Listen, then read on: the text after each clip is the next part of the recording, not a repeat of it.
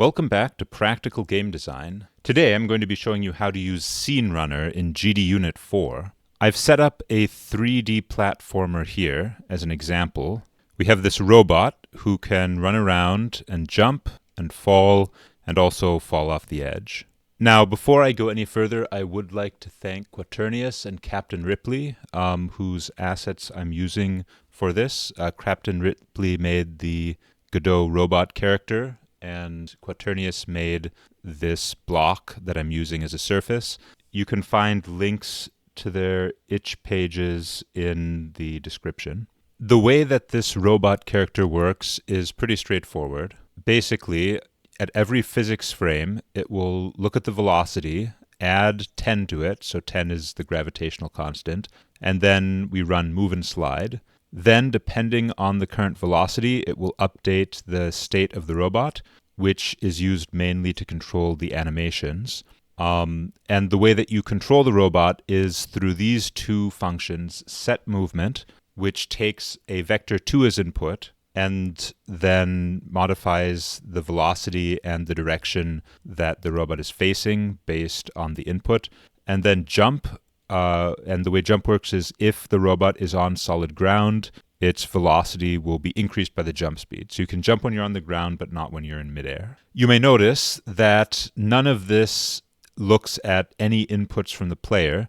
That's because I've separated out the input logic and put it into this separate controller class in this demo scene. And the controller class just takes the input based on your controller and calls the set movement and jump functions on the robot which it is controlling. In general, I find that it's a good idea to separate input logic from the rest of the logic. It also makes this robot a lot easier to unit test, as we shall shortly see, because you can unit test it without needing to simulate inputs. Although, I will say that GdUnit4 does give you ways to simulate inputs if you want to test that. But we're not going to be talking about how to do that today. So with our robot defined, the next thing we need to do is install GdUnit4. So I'll just go to the asset library, search for GdUnit4. Here it is. Download, install. It installed successfully. Now we go into project settings,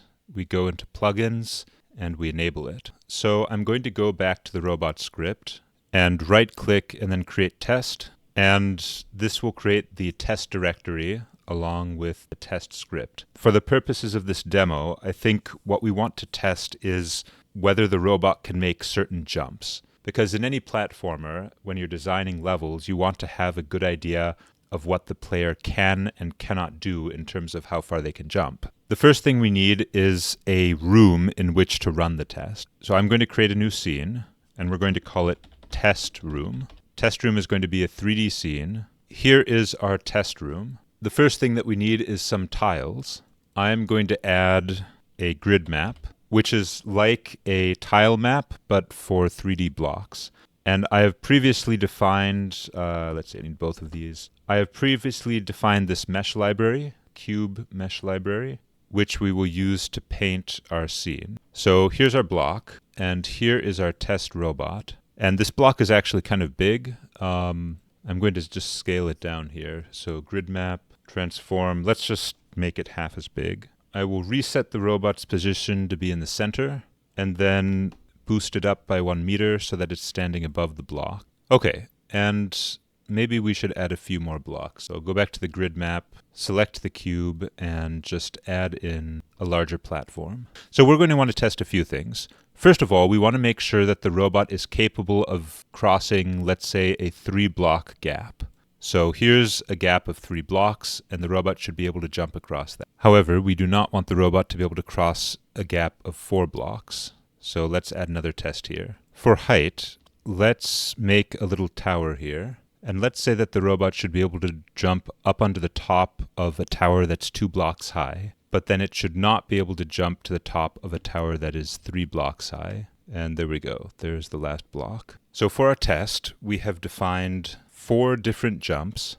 And now we're going to use Scene Runner to have the robot actually make all of these jumps or fail to make them. The first thing that you need to do in Scene Runner is to instantiate the runner. We're going to call this test can cross pit. So this is to test that it can cross the 3-block wide gap. Actually, let's say can cross gap. First, we need to define our runner. So we'll say runner equals scene runner, and then we need to reference the scene. The scene in question is our test room. So I will just copy the path here and paste it in here. And now we have our scene. Now, if we want to see what actually happens, we will need to wait for some amount of time. So I'm going to put in an await statement. We'll say await. We have await milliseconds, which is a helper function that just waits for a certain amount of time before timing out. And this is a helper function that's built into GdUnit4, so this is not available in Godot without GdUnit4. We'll give it 3 seconds for now. This test doesn't actually do anything, but let's run it and see what happens. So you can see that there's a completely blank screen. And the reason for that is because in our test room, we don't have a lighting source or a camera. This is something you don't have to worry about as much with 2D projects, but with 3D projects, we do need this. So let's just add a simple camera and light source. So I'm going to add camera 3D. We'll move our camera up here and turn it towards the character. And we'll also make this the current camera by clicking current on. And then we can run the scene to get a quick preview. The angle's not quite right, also everything's dark. So let's move this camera back a little bit. Let's give it a 45-degree angle, and we'll make the X and Z coordinates identical. Okay, that's a bit better for a perspective. Then we just need a light source. So we'll go to, let's search for light. We're going to have a directional light 3D. We'll have it go at 45. There, that is much easier to see. So this is going to be our test room. If we now go back to our unit test and run it, we can see that it opens up our test room for 3 seconds and then closes it. Now this is fine, but we would like the robot to actually do something. So the first thing we need to do is get a reference to the robot from the scene runner. So robot equals runner.invoke. And invoke is a function in GdUnit4 that you use to call functions on the scene runner. So in this case, the scene runner is looking at the test room. And so if we invoke find child, the child is named robot. This should return a reference to the robot. Oh, and it's saying the argument should be string but is node. That's because when you call invoke, you give it the name of the function and then you give it the arguments. So find child and the child name is robot. And then we're just going to call the movement function that we defined on the robot. So you'll remember we have set movement and then you give it a vector2 as input. If we look at the coordinate system for this screen, we see blue is the z direction, red is the x direction. So we want the robot to move in the z direction. And with our input vector2, that translates to the y direction of the vector2 input. So we're going to say robot.set movement vector2 0, 1. Let's also tell it to jump. And also, I'm going to give it a little pause before it starts moving, just for the sake of making it clear what's happening. And here we go. The robot waits, the robot jumps, and you can see it crosses the gap actually perfectly. However, unit tests should not be relying on us watching what's happening in order to verify that they've passed. They should be able to pass programmatically. That means we need to find some assertion that we can make about the robot's behavior that we can check. So what I'm going to do is I'm going to create a little zone on this platform over here. And the idea is if the robot lands in that zone, then the test passes. In order to do this, we're going to need an area 3D. So let's define area 3D. We're going to call this long jump zone. So our long jump zone needs a collider node. So collider, collision shape 3D. All we need is a box shape. And we're going to bring our collision shape up to here. And we're going to define the extents of it. So these cubes are 2 units wide. So let's say x and z are both 2. And then we'll just move this up by 0.5, or wait, let's say 1.5. Right, so we have this collision zone, which is on top of this block. Now we need to detect when the robot lands in the collision zone. If you go to the node panel here for area 3D, you'll see that we have all of these handy signals. And in particular, we have this body entered signal, which checks when a physics body, which is what our robot is, enters the zone. So we're going to be listening for this signal. let's go back to our test. First of all, we need a reference to the long jump zone. And in fact, long jump zone is probably a bad name for it because this is supposed to be the short jump that the robot can actually make. So let's call it jump pass zone. We'll say zone equals runner.invoke find child, and then the name of the child is jump pass zone. There we go. So now we have a reference to the zone, which means now we can listen for the signal. So we will say await assert signal on zone dot is emitted, and then we need to give the name of the signal and the arguments that we expect for the signal. The name of the signal is going to be body entered, and the argument should be the robot object. Now, we also want to define how long to wait for this to happen before the test times out and fails.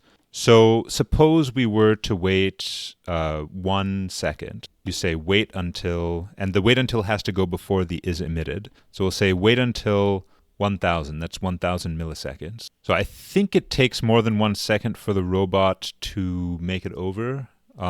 Actually, just to be sure that this fails, let's say wait until half a second. Pretty sure it can't make it over in half a second, but we'll see. All right, the test starts up, the robot jumps, and it fails because the robot did not arrive in the zone 500 milliseconds after the test started. So instead, we're going to give it, let's be generous, let's give it 5 seconds, which is way more time than it needs. All right, the test starts, the robot jumps, and it lands in the zone, or it hasn't actually landed, but it entered the zone. So the test passes. And now we have our first unit test for this robot, making sure that it can actually jump over that 3-tile gap. So the next test that we want is to make sure that the robot cannot cross the 4-tile gap. So we're going to say test cannot cross, actually let's call this 4 gap, and this one will be can cross 3 gap. So I'm sure you can guess what we're going to do. We will simply duplicate this jump pass zone, and we're going to call this one jump fail zone. So jump fail zone will be positioned on this island over here. Going back to the script, this test is going to be a little bit different. First of all, we are going to be moving in the positive x direction. Yes, red is x. So we're going to be moving 1, 0. Second of all, our zone is the jump fail zone. And third, we don't actually expect it to enter the zone. So instead of is emitted, we're going to say is not emitted. And we'll still give it 5,000 milliseconds before it completes. Oh, and actually, I'm also going to comment out this test just so that we don't have to watch it while we're working on this test. All right, the robot gets ready. It makes the leap, and it failed. So let's see what our failure message says. It said, we're expecting that it won't emit the signal, but the signal was emitted. The robot did successfully make it to the other side. And in fact, if we want to see the actual outcome, what we can do is we can just add another await statement, give it another 3,000 milliseconds. The robot jumps and the robot lands, and you can see it keeps walking. If we go back to the robot, we have 2 variables that we can play around with here. There's the robot's move speed and its jump speed. We don't actually need to set them in the script to change this. We can just go to our test room and go to the robot instance in the test room, go to the inspector, and we can reduce its move speed from 5 to 4. So let's see how this works if the robot is moving at a rate of 4. Okay, at movement speed 4, it jumps and it misses. And the test is going to have to wait until the timeout. So you'll see it waits a little while before it announces success. So this is great, but here's a question. What does that do to the 3 gap? Is the robot still capable of crossing the 3 gap? Well, this is what unit testing is for. So we have also our 3 gap test, which I'm going to run. Okay, and the robot makes the leap, and it does actually make it over in the 3 gap test. So now you can see the robot has passed both of these tests. And the other tests, of course, are making sure it can get on top of the 2 block high platform, but not the 3 block high platform. And I'm sure you can imagine how we're going to program these. I'm just going to go back to the scene. I'm going to duplicate jump fail. We'll call this one high jump fail. And we'll also have high jump pass. We'll put the high jump fail zone up here. And we will put the high jump pass zone over here. And with that, we have our 4 tests. I am also going to reduce the wait period from 5,000 down to 3,000 because I don't think we need a full 5 seconds to see if these pass or not. And then the next thing that we do is we simply run all 4 tests in sequence. So first we test the passing long jump, which works, the failing long jump, which also works, then the high jump, which it looks like it fails, it didn't manage to make it up there, and then of course it also fails in that one. So at this point we would probably want to adjust the jump height. So we'll say that jump speed, let's make it 8 instead of 5, and then we can rerun. Okay, so first the long jump, I mean that works, but we have a bit of a problem because it also now passes the other one. And it looks like the high jumps are fine now. So now it is actually able to cross that 4 gap, as you can see in the GdUnit inspector, which means we have more work to do tweaking the move speed and the jump speed. So what's the point of all of this? Because we could just use math to figure out what the proper move and jump speeds are for our objectives. The point of having unit tests is that after you make a change, you can just run all of your tests to make sure that they're still passing. The Scene Runner tool is very useful for unit testing in Godot because you can basically just create any arbitrary scene you like and make sure that your characters and your objects are behaving as you expect. I hope you find this useful and that you're able to make good use of Scene Runner and GdUnit4 in your projects. So thank you for watching.